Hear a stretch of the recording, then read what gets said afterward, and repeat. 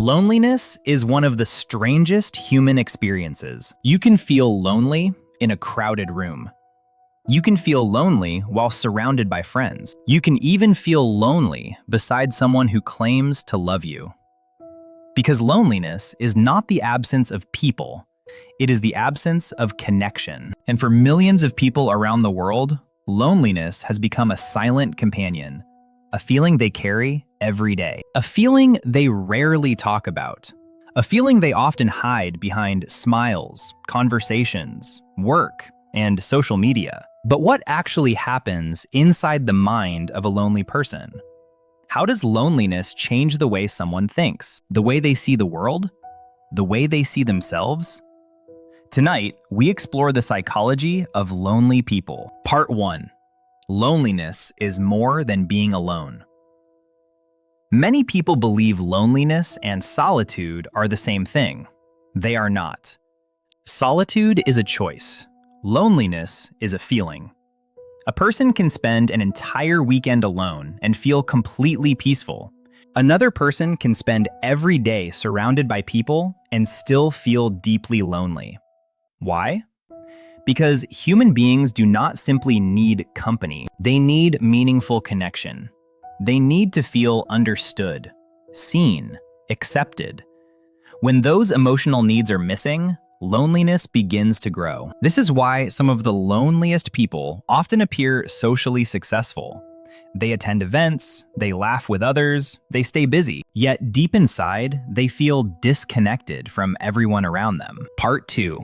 The invisible pain nobody sees. One of the hardest parts about loneliness is that it is invisible. People can see a broken arm. People can see physical illness. But loneliness hides beneath the surface. Many lonely people become experts at pretending they are fine. They smile. They work. They continue their routines. Meanwhile, their minds quietly carry emotional exhaustion. Research has shown that loneliness activates many of the same areas of the brain associated with physical pain. In other words, the brain often experiences emotional isolation as a real form of suffering. This explains why loneliness can feel physically heavy, why some people describe it as an ache in the chest. Part 3. Why lonely people overthink everything. Loneliness changes the way people think. When humans feel disconnected, the brain becomes more sensitive to social threats. A lonely person may replay conversations repeatedly. They may analyze text messages, wonder if someone secretly dislikes them, question whether they belong, question whether they matter. This creates a cycle. The lonelier someone becomes, the more they overthink. And the more they overthink, the harder it becomes to connect naturally with others. Part 4. The fear of rejection.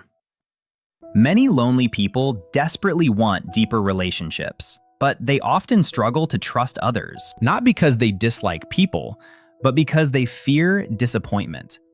Every rejection leaves a mark. Every broken friendship, every betrayal. Part 5. Social media and modern loneliness. Ironically, humans have never been more connected digitally, yet loneliness continues to rise. Why? Because seeing people is not the same as connecting with them. Social media often creates the illusion of connection. Thousands of followers, hundreds of likes. Perhaps loneliness is not a sign that something is wrong with you. Perhaps it is a signal, a reminder that humans were never meant to simply exist beside each other. We were meant to connect, to be understood, to belong. And maybe the first step toward overcoming loneliness is realizing that countless others are carrying the same invisible weight silently, just like you. If this story resonated with you, subscribe to The Quiet Mind for more explorations into psychology.